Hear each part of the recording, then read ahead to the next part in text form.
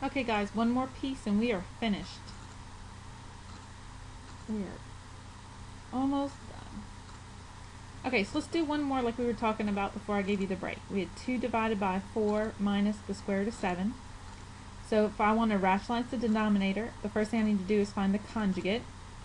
And what's the conjugate going to be? Yep, it's going to be 4 plus the square root of 7. All you have to do is change that sign in the middle. So we're multiplying the numerator and the denominator by 4 plus the square root of 7. So in the numerator, that's going to give us 2 times 4 plus the square root of 7 divided by, and in the denominator, that's going to be 4 minus the square root of 7 times 4 plus the square root of 7. So distribute the 2, and that's going to be 8 plus 2 square root of 7 in the numerator. In the denominator, 4 times 4 is 16. 4 times the square root of 7 is 4 square root of 7. Negative square root of 7 times 4 is negative 4 square root of 7. And negative square root of 7 times square root of 7 is negative 7.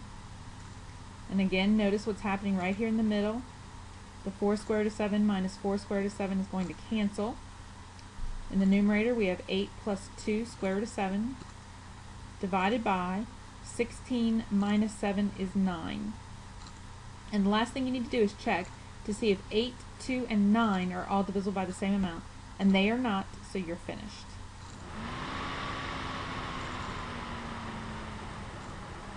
Next we have rational exponents.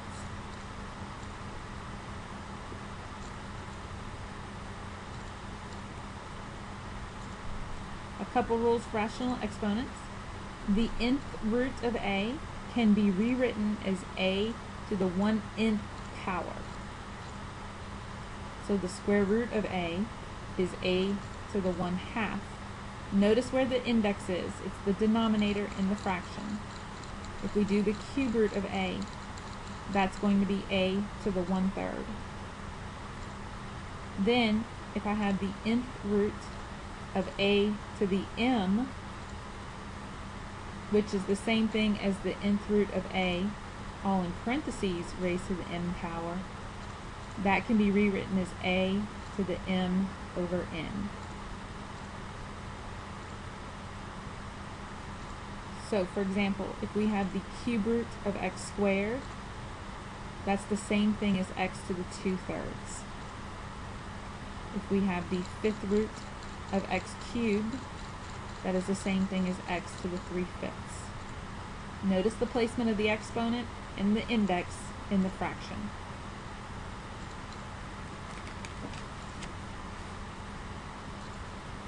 So let's look at some examples. If we have 2y to the 3/4 times z to the 1/4, and I ask you to write that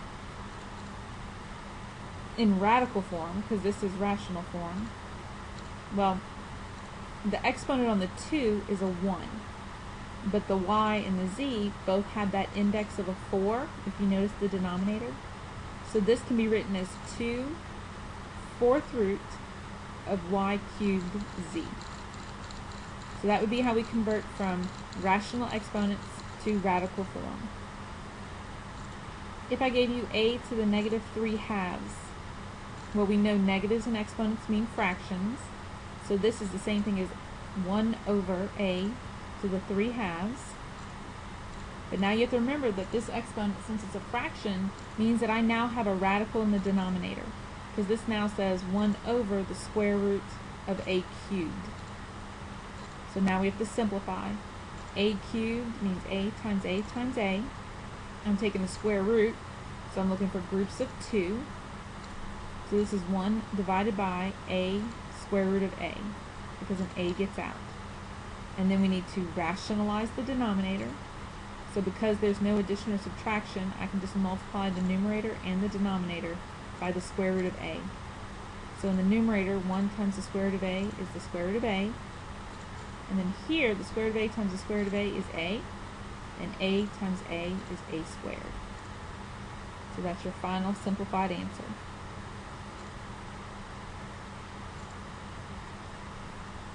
Another example would be, what if I gave you x to the 0.2?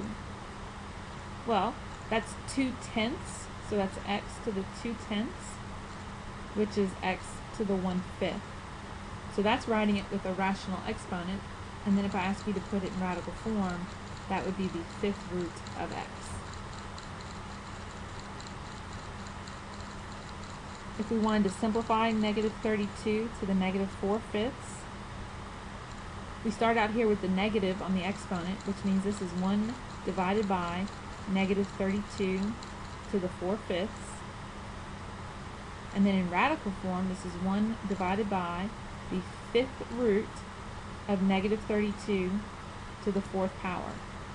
And if you think back to the rules I gave you, we could also rewrite this as 1 divided by 5, the 5th root of negative 32, all to the 4th.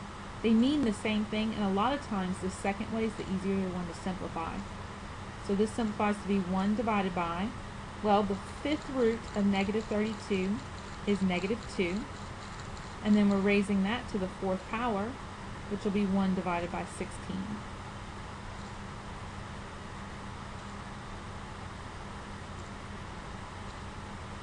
Next, if we wanted to simplify the 9th root of a cubed, looking at it like this, we really don't see a way to simplify. But if I rewrite it with the rational exponent of 3/9, then I see a fraction here that simplifies to 1/3.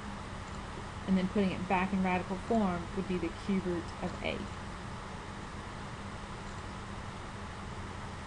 Negative 5x to the 5/3 times 3x to the negative 3/4.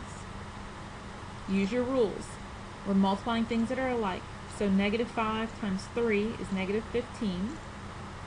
And for me to multiply these x's together, I'm going to add the exponents. So 5/3 plus negative 3/4. To add fractions, I'm going to need a common denominator. The common denominator is going to be 12. 3 became 12 when I multiplied it by 4, so 5 times 4 is 20, plus 4 became 12 when I multiplied it by 3, so 3 times 3 is negative 9, and 20 plus negative 9 is 11 divided by 12, so my answer is negative 15x to the 11/12.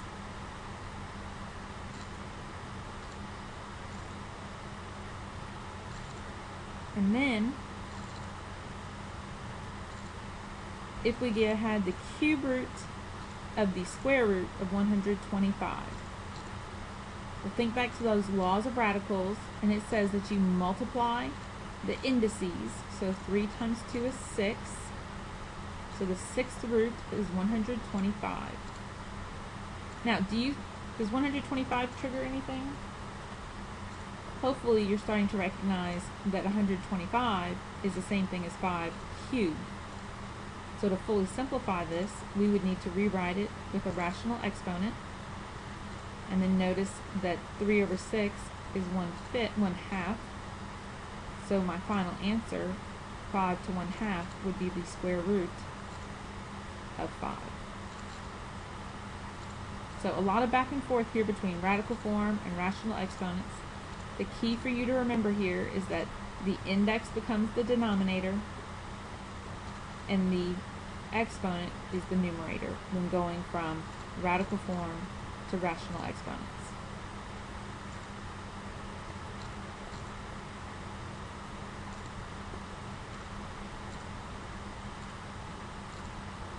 They equal the same thing.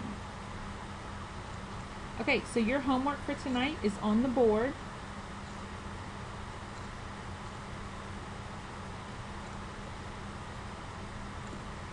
I will see you next class where we will go over homework and I'll clarify anything you still have questions about. And also remember, I asked you to think about how you would prove why the m root of the nth root of a is equal to the mn of a. So you're thinking about why is that possible. And now that we've talked about rational exponents, that should be a little easier. Y'all have a wonderful day.